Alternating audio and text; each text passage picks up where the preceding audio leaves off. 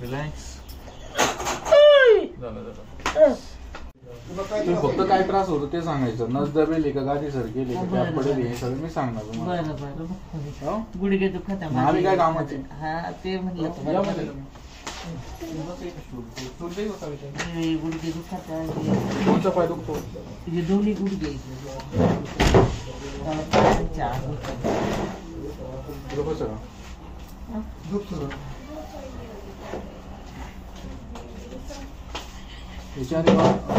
आणि कधीपासून त्रास होतो?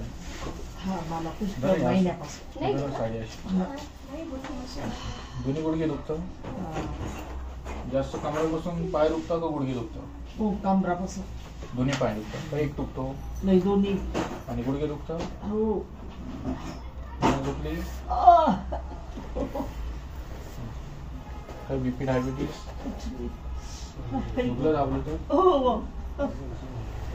करा फोल्ड करा. करा फोल्ड करा. हा करा. नाही हो डॉक्टर तो होतच नाही. पालतो बोल. दोन्ही गुडघे 80% गेले. सगळं सांगतो पूर्ण पालतो. कमरा कधी पडेल आठवतंय? कमरा कधी पडेल आठवतंय का? हा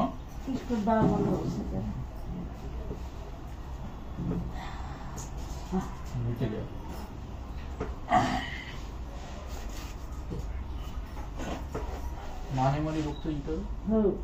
हात कोणता दुखतो? दोन्ही. कशामुळे पडेल? इकडे बघा आता. मोटरसायकल यांच्या कमरामध्ये L4 L5S मध्ये घ्या. चौथा, पाचवा आणि सहावा मध्ये.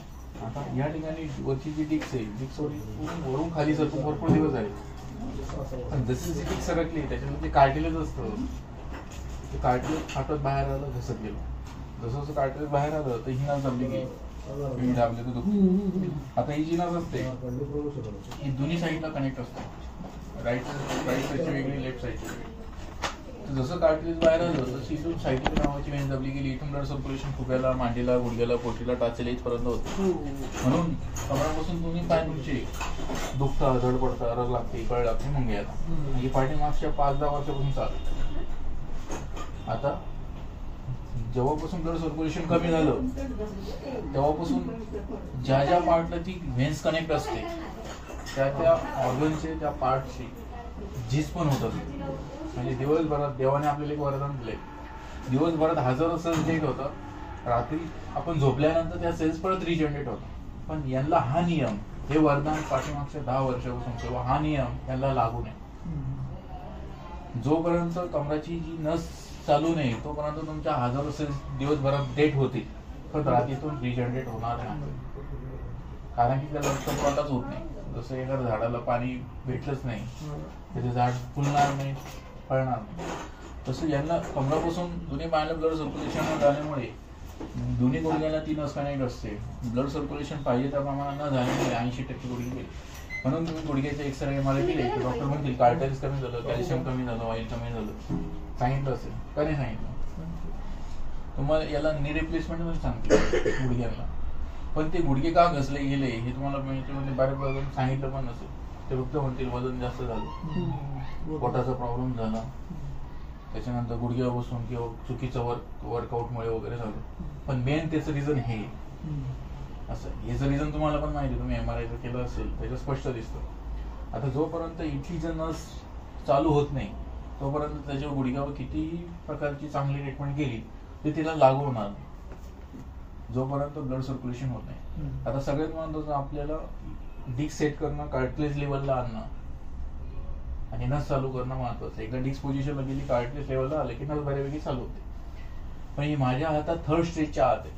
थर्ड स्टेजच्या आत कोणत्याही प्रकारचा आजार असा तो कव्हर होतो. पण थर्ड स्टेजच्या पुढे गेलो तर तुम्ही जगात पुढे घेऊन जा, त्याला उपयोग नाही. नंतर थर्ड स्टेजच्या पुढे ऑपरेशन हाच एक पर्याय असतो. गुडघे हे थर्ड स्टेजच्या पुढे गेले. जर तुमच्या नशिबाने ब्लड सर्क्युलेशन त्याला चालू झालं बऱ्यापैकी आणि सेल्स रिजनरेट व्हायला लागल्या तर गुडघ्याची झीज भरू शकते. पण सेल्स रिजनरेट डेव्हलप नाही झाल्या की आम्ही काय कोणीच काय करू शकत नाही. यांना कमराची पण प्रोसेस असेल, गुडघ्याची पण करायची ट्रीटमेंट.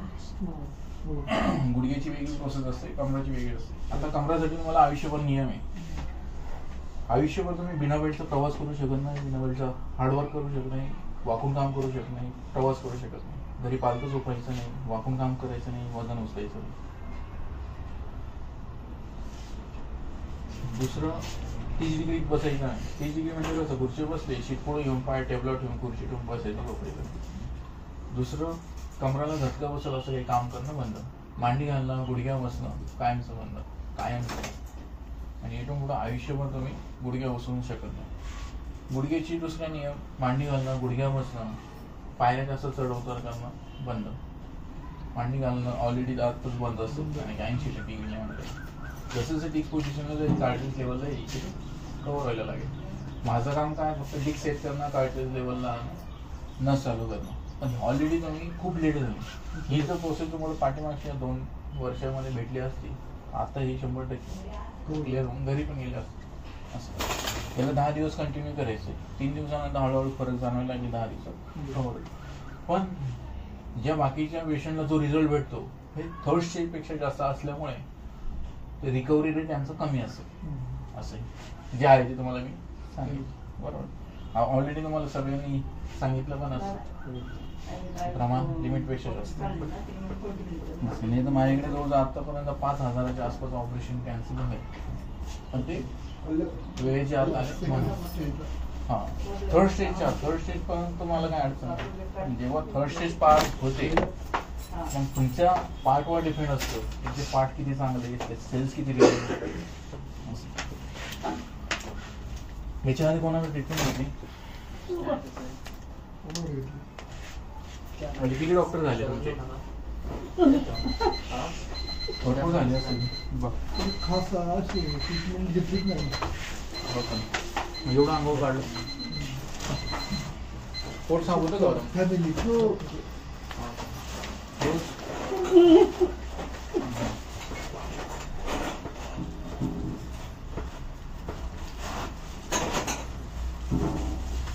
इश्यूज होतो माझ्याकडे पण.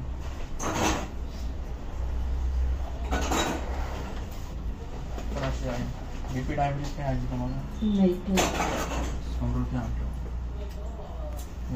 रिलॅक्स. सेम पोझिशन, पायकडे डोकरीकडे. त्याबद्दल उठ नको ना. हा बरोबर, उठायचं.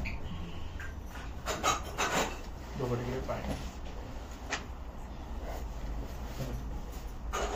ऐसा नाही घेतलं ब्लड चेक. कधी ब्लड चेक केलं? कशासाठी? तेच सांधे दुखीचे डॉक्टर अराम त्यांच्याकडे गेलो तर ते पण यांना सांधे दुखी नाही. नाही बरोबर आहे ना. माझ्याकडे दोन करा, माझ्या आले मी 2 मिनिटात सांगितलं. आम्हाला थोडी शंका होती सांधे दुखी.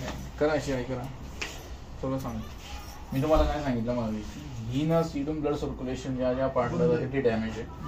ही जे सर्वाइकल नावाची नस पण बंद आहे सांगतो. आणि ती ज्या ज्या पार्टला जाईल ते पार्ट त्रास देते. रिलॅक्स झालं पालतं झोपा.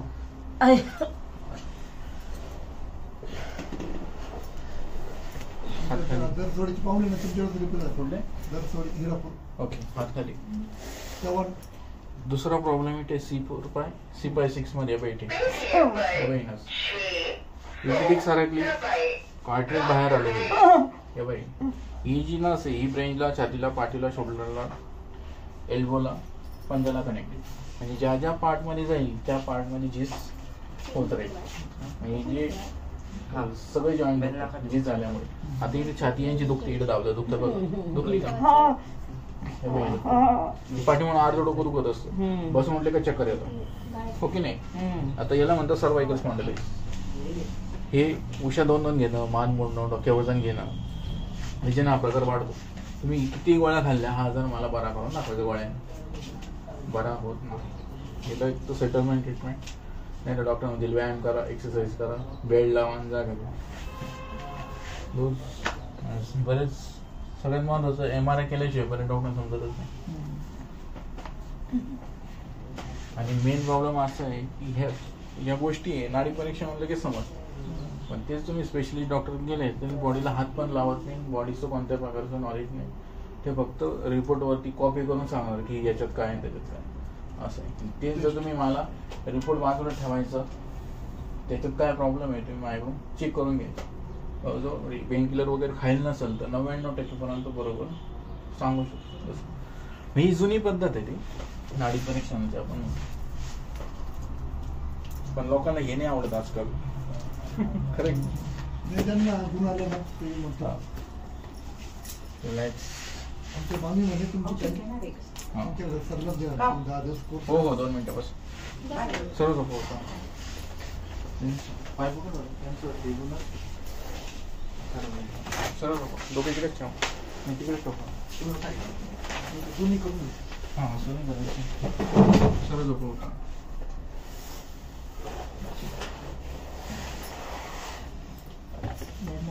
डॉक्टर मोकळं अजून तर बाकी. रिलॅक्स. वाजलं का? वाजलं का नाही वाजलं? रेग्युलर सर्व नाही का बरं? नाही करायचं नाही मला. अहो हां उशीर आहे मला. कोविड येतो आम्ही. हां मग माझं माहेर आहे इथं साधनपुरी. हां चांगली गोष्ट आहे, जवळच्या जवळ होऊन जाईल. हां दिला थोडा पाय. ती बाबू कुठून आले पाहिले का? कुठून आले विचारलं नाही का तुम्हाला? ते मुंबईची बाबा. हां पाय दिला थोडा.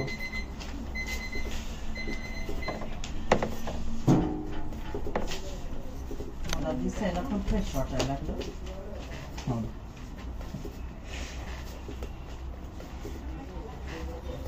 10 दिवसात तुम्हाला घोड्यासारखं पळत होता मग खूप चांगले झाले. सर्व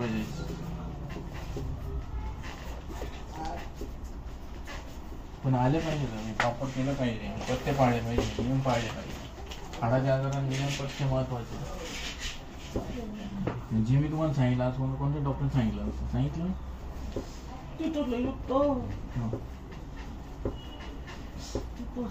फिरा तिकडे त्या कानात झोपा, मी तिकडे काम करा त्या कानात झोपा.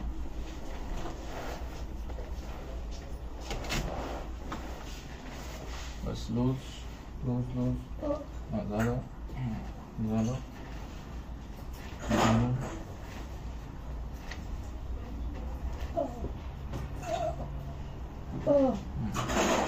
फिरा इकडे जागे मायला टोन करा.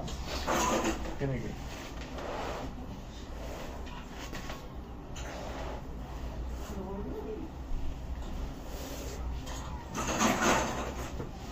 हिला सोडा.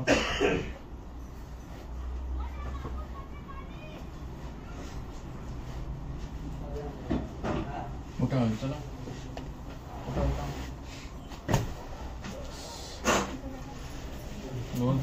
रिलॅक्स.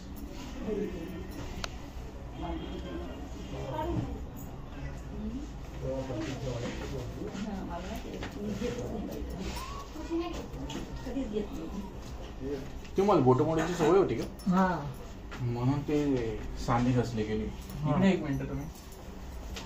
नाही बोट दुखायला आले का? आता बोटांचा प्रॉब्लेम का झाला सांगतो तुम्हाला. आता खूप दिवसापासून याच्या नसा आहे ह्या बंद आहे, तर यांना आहे ना वात यायचा वात. ते काय करायचे हाताला झटके देते. झटके देऊन हे जी जॉईंट आहे ती घसरून टाकलं, बोटाला वात यायचा ना ते मोडायचे. आता तुम्ही या जॉईंट मध्ये त्याची कार्टिलेज गादे असते ना, तर ते बबल एक एक एक एक बबल्स होऊन कार्टिलेज तयार होते. ते हजारो बबल होऊन त्याच्यात ती लेअर तयार असते. मग तुम्ही ज्या वेळेस ते बबल फोडता कट आवाज येतो असा. तर आवाज आला की ते फुटता. तुम्ही दिवसभरात हजारोच ते बबल फोडले, पण तेवढे तयार पण झाले पाहिजे. पण ते तयार कधी होतील तर तुमची नस ऍक्टिव्ह असेल, ब्लड सर्क्युलेशन व्यवस्थित होत असेल तर. पण यांची खूप दिवसापासून ब्लड सर्क्युलेशन करणारे नसच बंद आहे. त्याच्यामुळे याच्यामध्ये जे बबल आहे ते डेट होत गेले, रिजनरेट झालेच नाही, म्हणजे हे सांधे घसले गेले. म्हणजे याच्यात सांधेवात तयार झाला. समज तुम्ही बसले सांधेवात चेक करू असं आहे. म्हणजे जो पार्ट तुम्ही परत परत मोडता, परत परत तो डॅमेज करता, तो रिजनरेट डेव्हलप पण झाला पाहिजे. हे देवाने आपल्याला वरदान दिलंय. दिवसभरात जेवढी झीज होते तेवढी रात्री ऑटोमॅटिक भरून निघते. हे देवाने आपल्याला वरदान दिलंय. पण ते वरदान कसं लागू होईल याचं आपल्याला पण नॉलेज पाहिजे. नसेल तर तुम्ही किती इलाज केला ते काही कामाला नाही तर तुम्हाला बसले फसवणारे लोक. स्टोरॉइड देतील, पेन किलर देतील, बरोबर या परत असं आहे. मी जे आहे तेच खरं सांगतो. किती फरक पडेल, काय फरक पडेल हे पण सांगितलं. 100% होणार असं ते पण सांगितलं. खरं का नाही? डोकं इकडे पाय तिकडे.